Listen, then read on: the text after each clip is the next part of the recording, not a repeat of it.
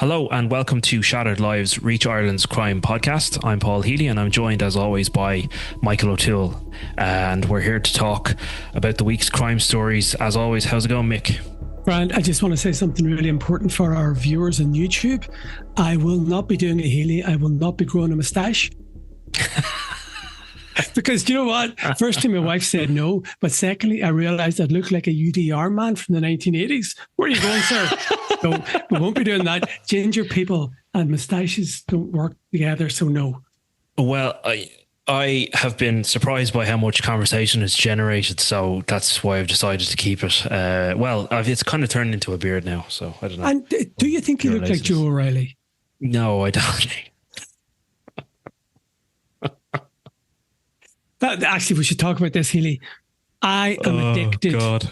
I think you are as well, to our YouTube comments. They are just fantastic. See that one last week? You were in your car and I was here and some fella said, this is what we're reduced to. Two fellas, one sitting in his bedroom and the other sitting in his car. Is this journalism? Well, unfortunately, it is. Unfortunately, it is. But I mean, a lot of people tuned into it. So clearly this whole, doing a podcast from your car in your bedroom thing works. So we'll continue to do it until we have a studio. I do like the comments. I do. I know we don't talk about it, but I genuinely think most people are great. And even the ones who think remember there were people who were thinking I was dying of AIDS. I had heroin and cancer on all three. I've just lost a bit of weight, right? But everybody's going, he's dead. He's dying. God love him. People are brilliant with their comments, largely, right? I have to say, largely. Anyway. Yes, well, we take the good with the bad and we appreciate the comments. We are starting this week talking about, I can't believe that it has been 10 years, but it is 10 years this week since the murder that sparked the Kinahan Hutch feud, and there have been many, many stories, probably a million stories written since, and that is the murder of Gary Hutch. This Wednesday, just gone, it was not Wednesday, what day are we on? Yes, Wednesday, the 24th of September. Gary Hutch, 34-year-old criminal, was shot dead in Spain by the Kinahan cartel, and that murder sparked the Kinahan Hutch feud. And you and I were talking before we came on air about just what it was like to be in the newsroom and hearing that information. And I think this is a good kind of behind the scenes to show you how a story works. While you might hear something, it's another thing to confirm it, isn't it? Well, yeah, and it's remarkable that it's 10 years. I remember that day. I don't actually remember you being in the newsroom at that stage. I didn't think you joined then. I had joined, yes, but I suppose I was in over my head at that point. I didn't realise the significance really of what was going on around me at that point. I remember there was word coming in. Obviously, we have freelancers and stringers, and a freelancer in Spain filed a story about a man being shot dead in Estepona in southern Spain. And then word started to come through, lads, this fella might be Irish.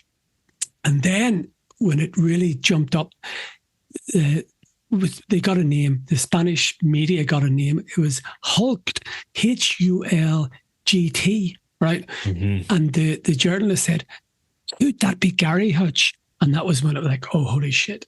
So it went from 0 to 100 within a matter of seconds when we read the notification that it might be a man called Gary Hutch. Could it be the same Gary Hutch?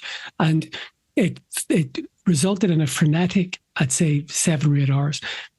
And the big thing for us was we had to get confirmation. It was okay hearing it from Spain.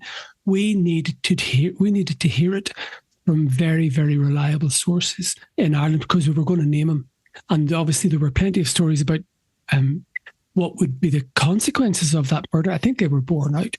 But the big thing for us was we got to make sure it's a guy called Gary Hutch. And if it is a guy called Gary Hutch, it's the Gary Hutch that we know as a criminal. So it was tough and it was down to the wire. I think we got confirmation really late on, and we needed to get the confirmation from Dublin. Yeah. And we finally did, because I think at that stage, family and people around the Hutch family and the North Inner City Dublin really knew. So our confirmation did not come from Spain.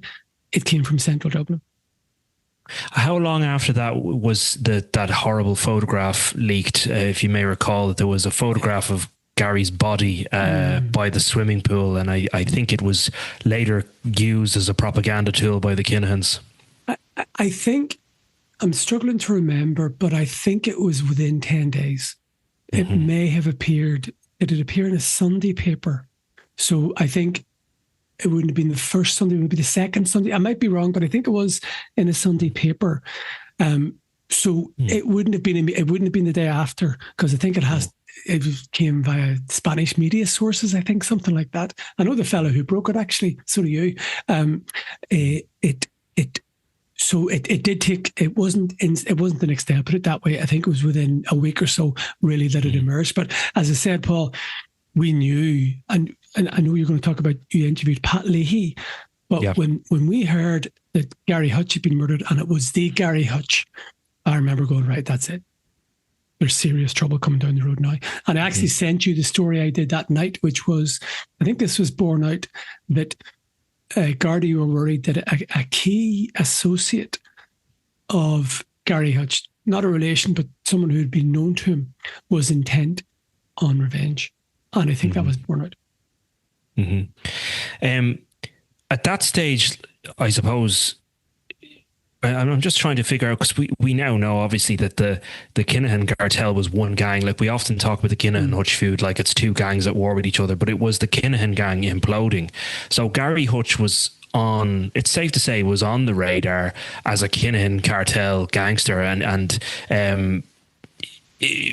I don't want to say we knew everything, but certainly there was talk of a fallout and of issues within the cartel, going back to, of course, the shooting of Jamie Moore in 2014, August 2014. Who was an innocent boxer and who was targeted. Well, I think Gary Hutch is blamed for that murder attempt, and it wasn't a murder attempt on Mr. Moore. He's innocent. Everybody knows he's innocent. He was just in the wrong place at the wrong time. It was an attempt to murder Daniel Kinahan. And let's be clear about this. Gary Hutch, the belief is he wanted to take over and to decapitate the Kinahan cartel. And we now know that there was a certain amount of naivety there, in that the Hutch gang, the Hutch clan, paid the Kinahans a sum of around €200,000 to sort of settle this issue. And we know that a relative of the clan was shot in the leg as a punishment shooting, and that was supposedly the end of it. But of course, we now know that obviously wasn't the end of it, and Daniel Kinahan, I suppose, could never trust Gary Hutch again, and he had him shot dead. And we know that James Quinn was the gunman, and he has been jailed for that since. And it has effectively been put out there on the record that Daniel Kinahan ordered that murder. But then, obviously, the fallout that happened from that, the Kinahans were worried about Jerry the Monk Hutch, who I think was involved in facilitating that payment, and they targeted him in Lanzarote around Christmas time of that year. It was New Year's morning. New Year's Eve. Oh, morning. It had just gone into New Year's Day. New Year's Eve, one quibble, 2016. So and that was an attempt to kill. I mean, there's no doubt about it. The Kinahans sent a hit team from Dublin to kill Jerry Hutch, and he saw them, and he escaped, or he managed to evade them. Might be a better word. But that was. But remember, so this was September that Gary Hutch was murdered. In November, there wasn't another attempt to kill Daniel Kinahan. Yes, the Red Cow in November 2015. So there was an attempt to murder Kinahan in 2014. Gary Hutch is murdered in 2015. An attempt to murder Daniel Kinahan in November 2015. And on New Year's Day 2016, the Kinahans tried to kill Jerry Hutch. And as ever, we got to hear about that a couple of days later. We broke it in the Star that there'd been an attempt on Jerry Hutch. And then the next story we said was that, people in Dublin are not going to take that land down. And then a few weeks later, the Regency happened. Yeah, and it's now accepted fact that people very close to Gary Hutch took it very personally, the murder, and they arranged this spectacular hit at the Regency Hotel. And in the judgment in Gerry Hutch's case, when he was ultimately acquitted of the murder of David Byrne, Miss Justice Tara Burns determined, based off the evidence, that Patsy Hutch, the father of Gary Hutch, very well likely, based on the evidence, could have been the person who planned the entire Regency attack. Of course, Patsy Hutch has never been charged with anything, and we subsequently revealed the story last year that Patsy and others will probably never face charges after the acquittal of Gerry Hutch. So that's kind of the saga in a nutshell, isn't it? Well, apart from the 18 murders that happened. Yeah. Do you know what's very interesting, Paul? You look at something when it's happening. So Gary Hutch is murdered, and we did write there's going to be hell to pay over this. Not in my wildest dreams did I think it would get as bad as it got, or it would last as long as it got. So it went from 2014 effectively up to 2018, the military would call it the kinetic phase of the murders. There were plenty of foiled bids after that and foiled plots after that. And, and look what everything has happened. The Kinahan cartel being dismantled, Daniel Kinahan and the other Kinahans being in Dubai. John Mooney in the Sunday Times had a story that Dubai is going to have another crackdown just last week. So there's more pressure there. So not for a second did I think this horrible saga would last 10 years. I just didn't. It didn't see it lasting that long at all. And I think there was that belief in Garda Síochána as well. I mean, I had the unique opportunity to interview Pat Leahy, obviously, who's now retired from Garda Síochána, but he was assistant commissioner, a very senior position in Garda Síochána, and he was the chief superintendent in the North Central division in Dublin around the time that the feud broke out. And I asked him a bit about that time period when Gary Hutch was shot and the feeling within the Gardaí, and said something similar to what you said, that they knew that he recalls having a conversation with more kind of veteran Gardaí who had been around the beat a long time, and they said that this was just the start of it, the murder of Gary Hutch, and that this was the start of something that we've never seen before. And that prediction turned out to be true. But even Pat was saying they didn't really foresee something on the scale of the Regency. So they thought that there would be a revenge bid, but they didn't think that there would be something on that kind of a scale, and they were taken aback by that. I don't think anybody would have seen the scale of the Regency coming. When you sit down and think about it, five people involved directly in that, fake Garda, ERU uniforms, Kalashnikovs, in broad daylight. Even the whole thing about them. Do you remember that BBC, I think it was a BBC journalist who was cowering at the desk, and one of the TAC 2 or TAC 1 held the AK, pointed it at him, looked at him, considered him, and went, okay, I won't, and walked off. Even that, that is happening in broad daylight in Dublin, it really was audacious. No, it was incredibly audacious, and I think what's even scarier is that none of the chief operators, the people who were centrally involved, have ever been brought to justice. Obviously, the state tried and failed to convict Gerry Hutch of direct involvement. Of course, there was no evidence that he was a shooter at all, although he could have been involved tangentially or in the cleanup. That was the determination of the Special Criminal Court, that he might have been involved in moving the firearms after the fact. But again, he wasn't ever charged with that. And I think it's kind of scary that no one ever potentially will be brought to justice in relation to the Regency. But now, as Pat Leahy was telling me, really the focus of the state is to bring the Kinahans to justice. So that's Daniel Christie and Christie Senior. And he firmly believes that day will come. He said, you'll be ringing me up, or I'll be getting a phone call from your colleagues that it's happened, that they've been arrested in Dubai. And we know that the file is with the DPP at the minute in relation to potentially charging Daniel Kinahan with murder and other charges in relation to leading a criminal organisation. And certainly Pat, and you have to take his opinion very seriously, because he was at one of the most senior levels of Garda Síochána, and he would have a certain amount of knowledge about what's in that file. He's confident that there will be charges levelled against the Kinahans. So I know people give out and they say, oh, it's another headline of the net is closing, but it's interesting to hear his perspective that yes, it is going to happen. It's only a matter of time. Well, if you even think that interview I did with Noel Brown, the retired detective inspector who was one of the top 3 in Doc B, the Drugs and Organised Crime Bureau, and he only retired there late last year. So he would have had a very strong knowledge of what was in those files. And he had a level of confidence. You know, I think he said, looking at the file, it's up to the law officers, DPP, but he said, looking at it, he would be surprised if there wasn't enough for a charge. But it's not the guards' decision. The guards don't do that. The guards put all the information together, evidence together, and give it to the DPP. But, you know, and he didn't say this explicitly, but I did get the sense that he believes that they will be charged.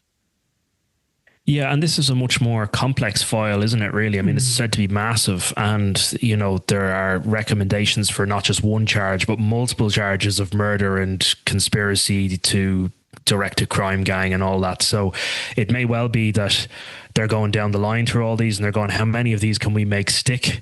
And they might only hit them with one charge. Yeah, and there was one element really in that interview with Noel Brown, which I thought was really interesting. He said a lot of the information or evidence in the file has come from abroad, and that makes it more technically difficult because the Irish courts have to accept foreign evidence and all that sort of stuff. And I thought that was really interesting. So obviously the Garda's net has been cast far and wide, and we don't know where because we haven't seen the file, and it's very unlikely we will. But you would think that, you know, they'd been to Spain, they'd been to Netherlands, they'd been to England, they'd been to Dubai, you know, all over trying to get whatever evidence. So that all has to be distilled, and it's now in the hands of the DPP. Well, it's over 2 years since that file was sent to the DPP, so you'd be thinking it has to happen sooner rather than later. I just want to mention also that, you know, obviously I'm sure this is a very difficult time for the Hutch family, and you know, they did lose a son, a brother, and we saw that Derek Hutch, Delboy Hutch, brother of Gary, went to the grave there yesterday and paid his respects, and certainly the family are still reeling from Gary's death. That family have gone through an awful lot. I mean, look, Derek is a convicted killer and a volatile criminal, and you know, that is fact, but it is also fact that he lost a brother, and you know, the Hutch family have suffered a lot of losses, be it Gareth Hutch, Derek Coakley Hutch passed away, Eddie Hutch, a brother of Patsy and Jerry, and obviously they were all targets for, you know, all of that period over the last 10 years. And while the feud is not over, it certainly has simmered down, but the threat is still there, isn't it? Yes, and there were so many. Yeah, I think Pat Leahy said it could explode at any time. But one of my abiding memories from this whole thing was at one of the funerals. I think it was of Derek Coakley Hutch, and no, I wasn't there, but I know that this was reported. There was a eulogy given, or a comment was made at the church, and it was, "We are not a cartel; we are a family." Yeah, do you remember that? I do. Yeah, that was. I thought it was Derek Coakley Hutch, was it? I think it was, yeah. Yeah. And I've always remembered that because they are a family, and they were being targeted. Mm-hmm. So that there are certain things that stick with you in any case, and that has always stuck with me, I have to say. I think, look, I mean, nobody deserves to die. Murder is wrong no matter what. Nobody deserves to be killed, and nobody deserves to be judge, jury and executioner. But I often think particularly of Trevor O'Neill, who was an innocent Dublin City Council worker who was simply shot for being in the wrong place at the wrong time in Majorca when the Kinahans were actually going for Jonathan Hutch. And I often think of Martin O'Rourke as well. Homeless man, wrong place, wrong time. Those were the casualties that are hard to sit with, and none of them were correct. None of them were right. But those two murders in particular were just, you know, it really shows how bad it got. You know, they didn't care who got in the firing line. Nobody has the right to take a life. So I know what you're saying about, you know, Martin O'Rourke and Trevor O'Neill. I fully understand that, but Gary Hutch was innocent. If they'd murdered Daniel Kinahan, he was innocent because nobody has the right to take a life. That's my view. And nobody can go in and say, I'm going to murder that person for X, Y, and Z. So there's no extrajudicial killing in Ireland. Do you know what I'm trying to say there? That yeah. All killing's wrong. But I know exactly what you're saying. You don't get to take the law into your own hands. And maybe Gary Hutch's hubris is the thing that started all of this. Perhaps that's true, you know, but even still, murder is not the answer, and clearly maybe Daniel Kinahan has realised his mistake since then, because it's all come crumbling down around him. Massive mistake. But on the back of that, Kinahan stories are always there, left, right and centre, and I want to just pay attention to one of the stories you wrote during the week in relation to Assistant Commissioner Paul Cleary, who obviously plays a very senior role in Garda Síochána in the Dublin area for some time, but he played a central role in the fight against the Kinahans, and he's now been promoted and is effectively going to become, is tipped to become the next Deputy Commissioner. Is that right? Yeah. So the way the Garda hierarchy works is there's a Garda Commissioner known in the job as number one. Okay, so that's Justin Kelly. Justin Kelly, before that, was Deputy Commissioner for SSG, Security, Strategy and Governance. Security is really the important bit there, right? And Shauna Coxon is the other Deputy Commissioner. So with Commissioner Kelly getting the number one position, somebody has to fill the Deputy position. Yeah. So Paul Cleary now he was the Assistant Commissioner in charge of Dublin. He is, we may have said promoted, I don't think we said, but some media may have said promoted. He's temporarily acting Deputy Commissioner. So he sort of has been promoted, but temporarily until the position or the competition is launched. I think that's going to be in the next couple of weeks, actually. So they're looking for a deputy. The fact that he's the incumbent would probably give him quite a strong position. And just speaking to, it's like criminology. There are Phoenix Parkology watchers who, observe all these things. He is very well regarded, and he would be regarded as one of the leading contenders, probably the leading contender for that job. If he goes for it, who knows? But I'd say he's got one foot in the position, shall we say, at the minute. But he was, in 2016, he was DI in Kevin Street, the DMR South Central. And he was the senior investigating officer for the Dahi Douglas murder, which you have written about extensively. And he dismantled that Kinahan murder gang. So we know 2 men are serving life for that murder, Dahi Douglas, Freddie Thompson and Lee Canavan. But it was a very significant investigation, a major investigation. And I know that Drew Harris, the judge, Tony Hunt, described the investigation as second to none. I think Drew Harris described it as world class, but it's been a meteoric rise for Cleary because, as I say, 9 years ago he was a DI. Now he's Deputy Commissioner. That's a serious piece of movement, shall we say. Not like us, you and I are grunts, and I think we're happy to stay grunts. But anyway, so look, I would say he's in with a very strong, you're not happy to stay grunt. I'd say he's in with a very strong shout of getting that deputy post permanently. It's interesting to see how that works. And obviously, even though there is a competition for that position, it seems as though Cleary, having already been in the position, is at a strong advantage to take it. I want to mention also that he was obviously central to that investigation into the Dahi Douglas murder, which you mentioned earlier, because so it sort of links back that attempt to kill Daniel Kinahan at the Red Cow. The Kinahans blamed Dahi Douglas for that, but of course it subsequently emerged that Dahi Douglas was not involved in that.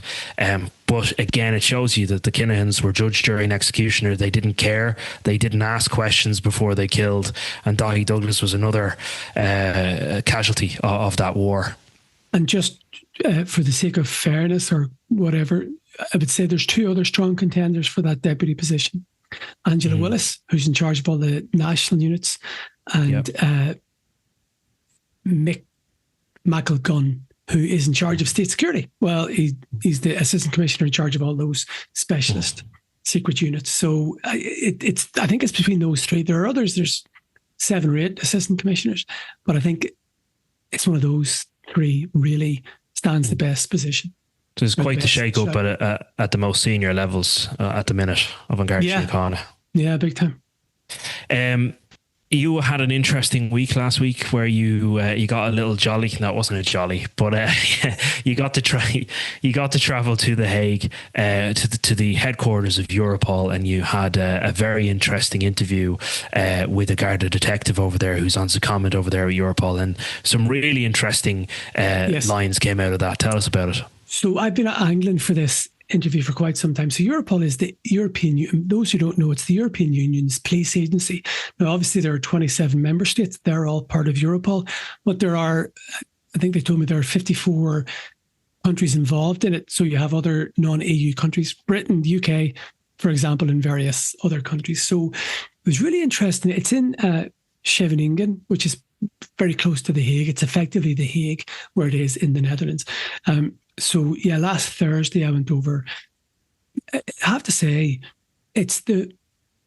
coming from Belfast, it reminded me of Belfast in the 70s. The security in that building, right? I was told it was bomb-proof, right? You had to get a pass to get in, and then there was a sort of a cell where every country has its own office, shall we say. You had to get another pass to get in there. Huge security. But these people, men and women, deal with heavy shit. Essentially, they collate and share all intelligence in Europe. So the Garda obviously get a huge amount of intelligence. Europol gets a huge amount of intelligence, and the various police forces in Europol, French police, all that. And Europol is where they share it. So this officer was telling me that in a typical day, she could have 50 different pieces of intelligence coming across her desk. And some of them are, I'm doing another piece in the Sunday Mirror, she's talking about, there are concerns about radicalization, Irish people watching radical stuff online that is spotted by other police forces. But there's things about fraud. She was telling us about European gangs being active in Ireland. But one of the interesting aspects for me was that she told us that Garda and European police forces through Europol have worked together to foil at least 12, we call them murder plots. Law enforcement calls them threat to life incidents. 10 of them at least 10 of them have gone to the Garda. So foreign police forces have told Garda of at least 10 murder plots in Ireland, and the guards have moved against them. But it's not a two-way street. With Europol, Garda have also given information to European police forces. So it's significantly over a dozen. And I thought that was really interesting. Would these likely be gangland hits, or they could be... I would be amazed if they were not all gangland. Now, there may be some, maybe a man is trying to get his wife killed, something, or is trying to get a hitman, something like that. But the sense I got was the vast bulk of these were gangland. Wow. Now, if you remember, a couple of years ago, we interviewed John O'Driscoll, God love him, the late former assistant Garda commissioner. He told us that, it was maybe 3 or 4 years ago, that there had been, Garda had foiled 70 hits, largely as part of the Kinahan Hutch feud. But this has been after that. So that officer's been there for the last number of years. But I think it's really the last 4 years that these other hits have been foiled. So I don't think any of them really were to do with the Kinahan Hutch feud. It goes to show you the stuff that we never hear about, the stuff we just don't, there's so much going on. We don't even get half of it. The officer said to me, there's things going on here that happen in Ireland and they're never on the news, that it comes from here. So it's just intelligence. And the guards don't say, well, we got our intelligence from X. And they don't even say we got our intelligence. But enough that really opened my eyes about the level of pan-European cooperation. You always say this, criminals don't respect borders. And it now, having gone to Europol, it's clear that in the nicest possible way, law enforcement doesn't respect borders. In other words, they're all working together. The criminals work together, work internationally. Law enforcement clearly is. And you can see how much Ireland is benefiting from that, but also is giving to that. There was a case of a large-scale fraud in Finland that was cracked in Ireland, and the Garda Economic Crime Bureau was central to that. And there were huge investigations in Europol, which started in a certain part of Ireland, and that was about 2 million quid. And it was Irish Garda in a various part of Ireland spoke to Europol and started this massive joint investigation. So it was really interesting to see. I think as we're talking today, the Commissioner, Justin Kelly, is actually over at Europol, isn't that right? I think him and a bunch of, there's a whole group of police commissioners from all over Europe who are meeting. So again, it's showing you that level of international cooperation that's going on. That's probably why they allowed me to go last week, not this week. Probably why. Yeah, I mean, that's something that Pat Leahy also spoke to, the level of cooperation that's going on internationally now. Right. A lot of that, which was thanks to the late John O'Driscoll, in particular with the United Arab Emirates, the amount of cooperation there is now between Dubai police and our own, which potentially will be central to getting the Kinahans back here. Well, if you even think about even 6 or 7 years ago, it's called the Garda Liaison Network. So there were Garda in Interpol, which is in Lyon, France. There were Garda at Europol in The Hague. There was a Garda in London, one in Madrid, one in France, and a couple, one in America. Now you have Colombia. Now you have, I think, Singapore. Then Dubai. You have Dubai. And, Drew Harris and I presume Justin Kelly now wants to increase that. And I suppose, I wonder, would it be beyond the realms of possibility that you would have a Garda liaison officer in most, if not all, European capitals in the coming years? Probably makes sense. Mm-hmm. It makes massive sense, because then it says to these criminals there really is nowhere to hide, ultimately.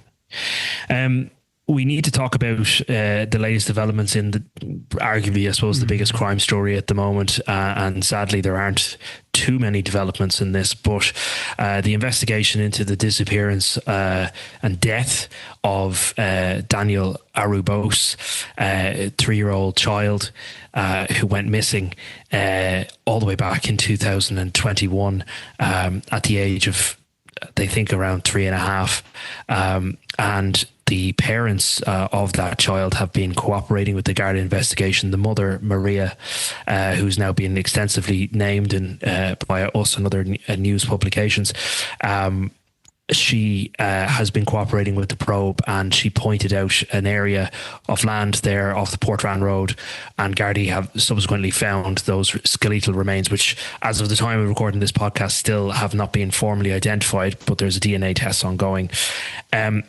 And sorry, I was just going to say, because in the last pod we did, I said that could happen very quickly because we're used to DNA coming back very quickly, but we're dealing with the skeleton, and that obviously slows it down and complicates it. If you take blood, for example, from a recently deceased person, that makes the DNA process very quick. But a skeleton obviously complicates things.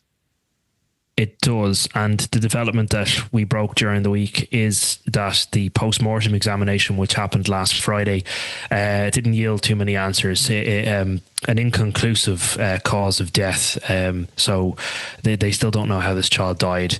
And look, that's because the remains are skeletal, and they've recovered, I think, up to over 70% of the remains. But even still, and we can cite other cases. I think we mentioned before Tina Satchwell. The other maybe point I want to mention is Elaine O'Hara.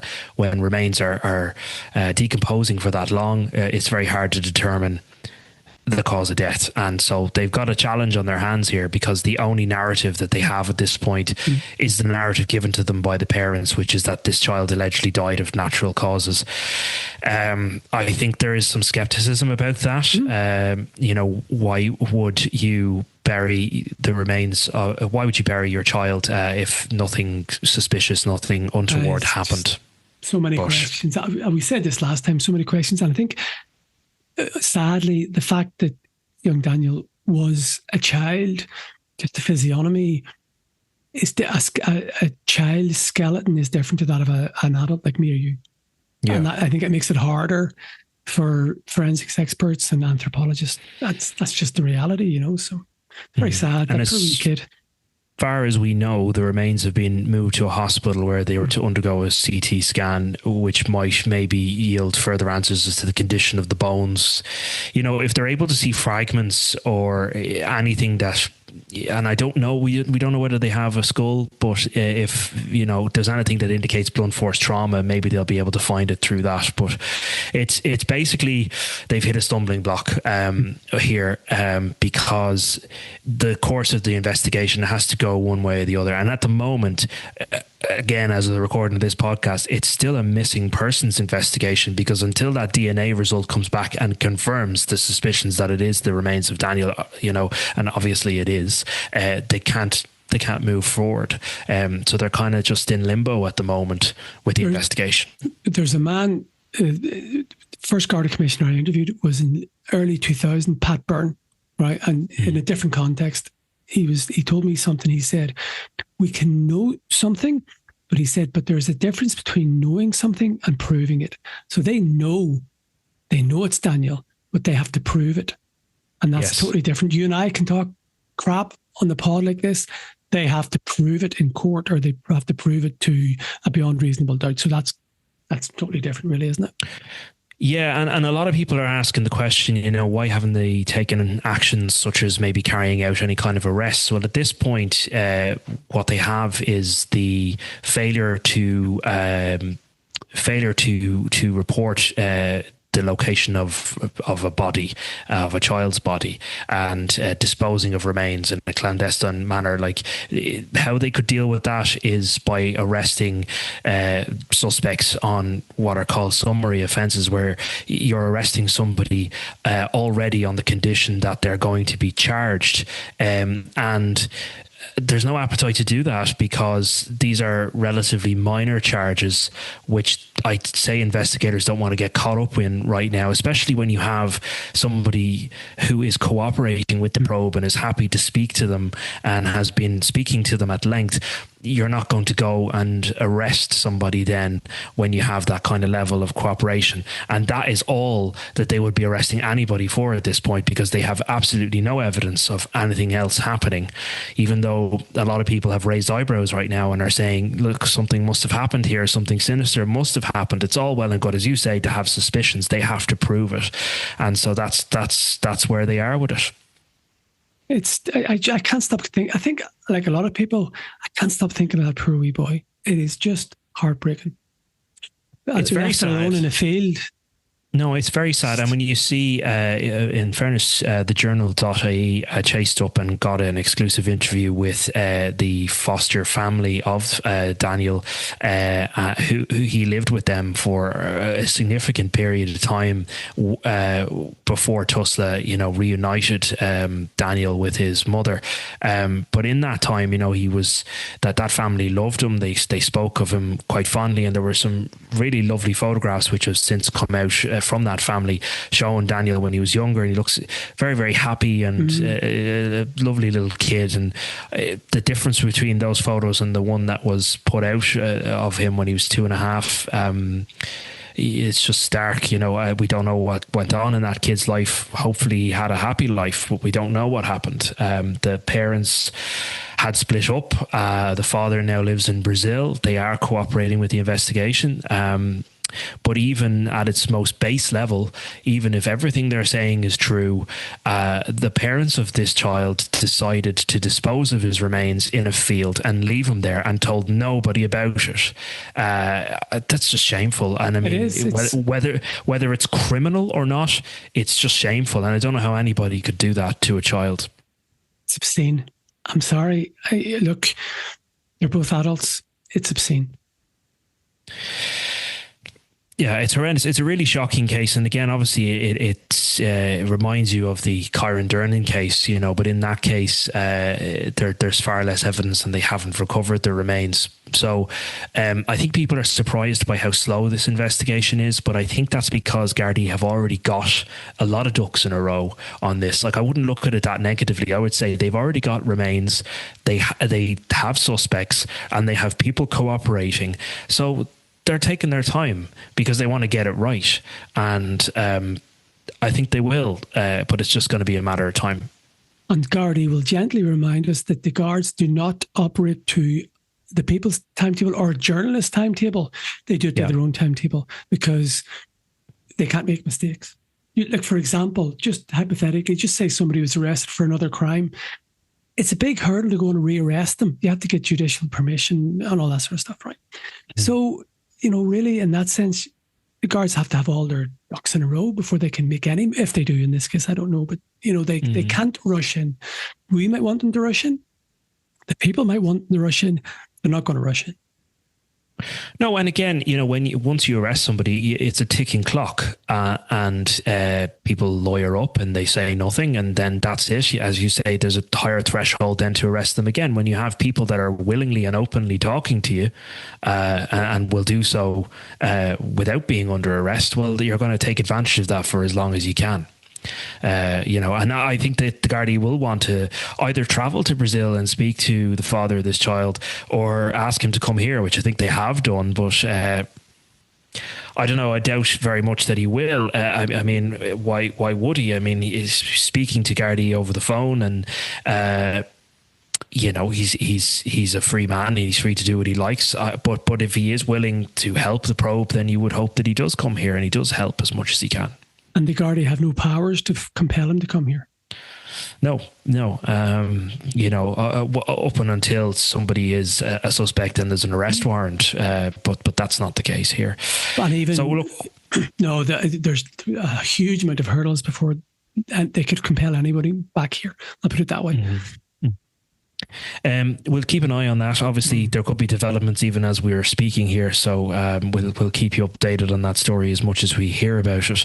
I just want to briefly mention two stories because they're just one is just mental to me. I was kind of tipped off last week that something had gone on in Limerick prison in relation to a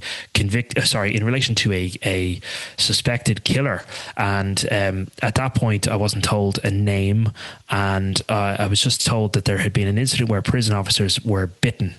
And that's this prisoner was in deep trouble over it. I went and made a few inquiries and I found out that it was Hassan Ali Gori, and I went, that's a name that I know, and put the pieces together and realised that I had interviewed this man not too long ago, as he is a suspect in the murder of a woman in Tipperary, a pensioner by the name of Josephine Ray in Nina.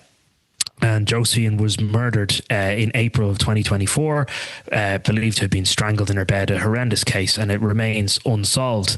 And this man, Hassan Ali Gori, with Mary Ray, who was a daughter of Josephine Ray, and they both deny any involvement in Josephine's murder. And I interviewed them on the street. The late Mick O'Neill was with me. Actually, I remember the job quite well because look, we were staking this couple out and they came down the street and Mick got photos of them on the road, and then I doorstepped them, and what every journalist wants is people talk to you, they talked to me, and then we put them on the front page saying these are the people who've been arrested on suspicion of murder, but they say they didn't do it. They're living in a tent, and they were kicked out of the house that they lived in, which had become a crime scene, obviously, with Josephine Ray. And they continued to deny involvement in the murder. But what I found out subsequently was he is in prison, and I was surprised to learn that, and found out then, you're trying to figure out, well, how did he get from here to there? So I found out that unbeknownst to us, he had been charged and sentenced, found guilty and sentenced in relation to assaulting two Gardaí.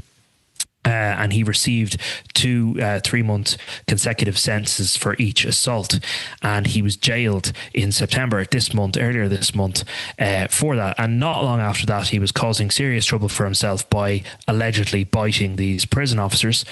But where he was brutally assaulted in prison days later, and he was rushed to hospital, to ICU with internal bleeding, punctured lung. Now, this assault incident, there are some questions around it. Hassan Ali Gori claims that he was assaulted by prison officers, and he made what is called a Category A complaint to the Irish Prison Service in relation to that. And under the stipulations of that, it has to be then investigated by an independent body. It's been referred to Garda to investigate. So prison officers are under investigation for allegedly assaulting Hassan Ali Gori in his prison cell. His injuries were only discovered when he was transported to Portlaoise prison, and he was being transported because of the incident that had happened, the biting incident, and he showed up with these injuries and was taken to hospital. So he claims he was assaulted by prison officers, and Gardaí are now investigating that, and there's an internal prison investigation. So in the wake of that interview that he did with me on the side of the street, and in the wake of being arrested twice on suspicion of murder and released without charge, he found himself in prison for assaulting 2 Gardaí. He was accused of biting prison officers, and then he himself ended up in hospital accusing prison officers of attacking him. So he's had quite the saga over the past couple of weeks. That is a saga. But an extraordinary story, and I'll just keep an eye on that. He's now back in prison. He has recovered from his injuries to a certain extent, and he's in solitary confinement on protection, and that investigation is still going on. And obviously he's still a suspect in the murder of Josephine Ray. A file is going to the DPP in relation to that. course, the Gardaí will be happy that their chief suspect is in prison, so that he's not going anywhere for some time. So we'll keep an eye on that. And he denies any involvement, doesn't he? He does deny. He said, we didn't kill her. We're not murderers. And, look, time will tell. But obviously somebody killed Josephine Ray, and she does deserve justice, and her family deserve justice. Speaking of justice, I just want to briefly mention, because we were talking about anniversaries, this week also marked another poignant anniversary, and that was the murder of Kenneth Featherston. And I often talk about this case, but this case just kind of sticks with me because I just feel it's one of those it's very frustrating, because the suspects in this case are well known, and what's believed to have happened to Ken Featherston, who was killed on the this week, September.